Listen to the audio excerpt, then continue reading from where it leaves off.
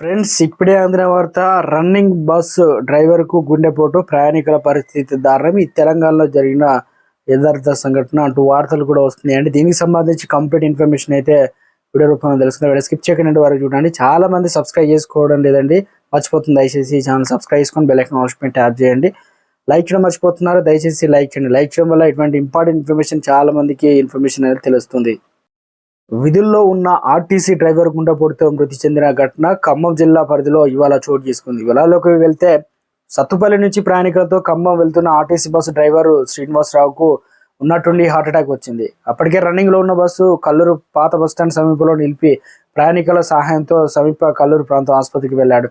ఈ క్రమంలోనే శ్రీనివాసరావు వైద్యుడు పరీక్షిస్తుండగానే మృతి చెందాడు. తనకు గుండెపోటు వస్తున్న విషయాన్ని గమనించి బస్సును పక్కకు ఆపి ప్రయాణికులు కాపాడిన డ్రైవర్ శ్రీనివాసరావుకు విధుల పట్ల ఉన్న నిబద్ధత ప్రశంసిస్తూనే తమ ప్రగాఢ సానుభూతిని వ్యక్తం చేశారు.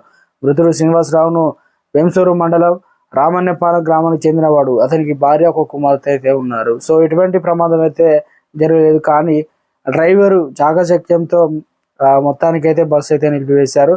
కానీ డ్రైవరు తీరని లోటు అయితే ఆ కుటుంబానికి చేరి మిగిలించారు.